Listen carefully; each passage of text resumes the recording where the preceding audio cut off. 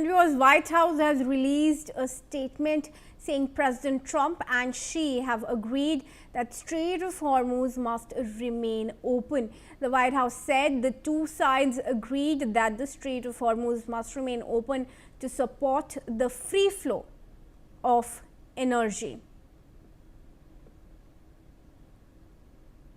President Trump had a good meeting with President Xi of China.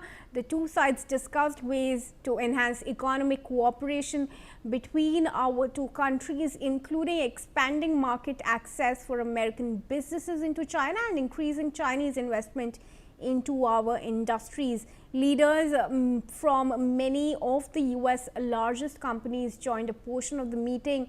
The presidents also highlighted the need to build on progress in ending the flow of fentanyl precursors into the U.S., as well as increasing Chinese purchases of American agricultural products. The two sides agreed that the Strait of Hormuz must remain open to support the free flow of energy. President Xi also made clear that China's opposition to the militarization of the strait and any effort to charge a toll for its use, and he expressed interest in purchasing more American oil to reduce China's dependence on the strait in the future.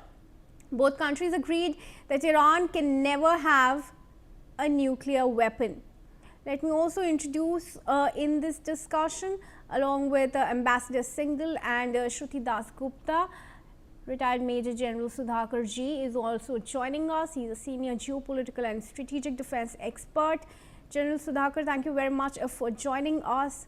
Of course, both sides, US and China, have agreed that the Hormuz Strait must remain open. But what is the role that China here is playing, in your opinion, meeting with Trump on the other hand, but also working with Iran on its interests?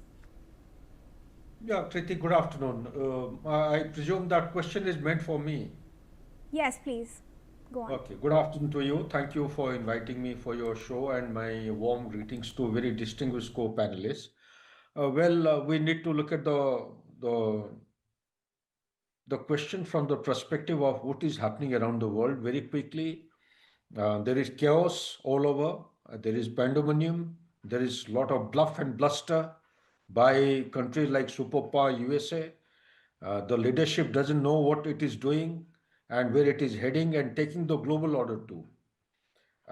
Whether all these tall promises, commitments in China in the ongoing current summit will fructify in a positive, progressive, and forward looking manner or not, time will tell. I do not feel very assured about these kind of commitments between Donald Trump and Xi by virtue of the sequence of events, the chronology of events that have happened in the past. While I make this statement, I would prefer to continue to remain optimistic that anything better than what I am speculating is always welcome for a larger good of the global order, and let some normalcy and peace and harmony come back to this chaotic activities which is going around the world.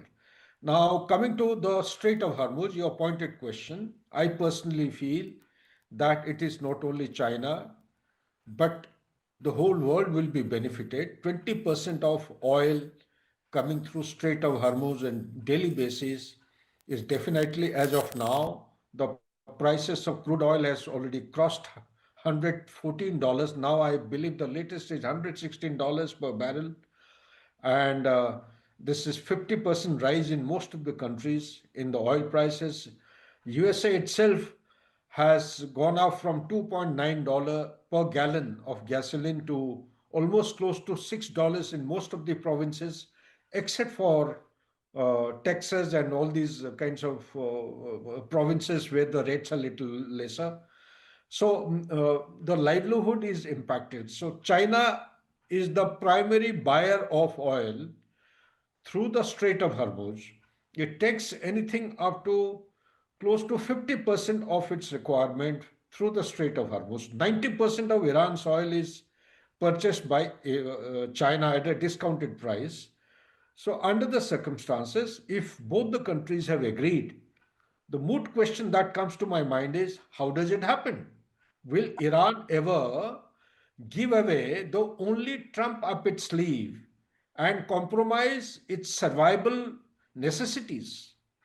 Today, Iran has been pushed to a corner. Not that I'm speaking on the side of the Iran, but I'm giving a counter argument that Iran is able to assert itself, negotiate effectively, and project its requirement purely because of this particular lever, that is the Strait of Hormuz.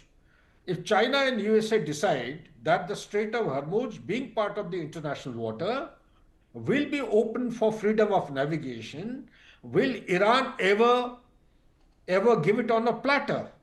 So that is the question. So if Iran doesn't give it, then how do you take it and make it open for freedom of navigation? Do they go in for a combat or boots on ground kind of a contestation against Iran and be prepared to receive the body bags, which uh, USA as a country has no appetite to receive the body bags as of now. So, therefore, is diplomacy and dialogue going to augur well and take this present ongoing effort to some kind of a restoration of normalcy in the Strait of Hormuz? I don't think so.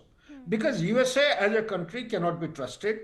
It says something in the morning, it changes its commitment and statement by evening. No matter what Iran has proposed in 14 point, there are some issues which Iran would expect, and I personally feel should be negotiated, and some kind of a via media should be achieved, not by intimidation, not by threatening each other, but by diplomacy and dialogue. Mature, responsible kind of interlocutors will do a good job. Not Yeah. like a country like Pakistan, half the things they learn from Iran is actually filtered out, and by the time it reaches USA, most of the expected points of Iran or demands are not projected. So, therefore, a kind of a serious effort has to be gone in. And to sum up my articulation, all I would say that why Pakistan, why not China is a mediator? Put China in the mediatory role, let China play that kind of a thing and bring about some kind of normalcy back to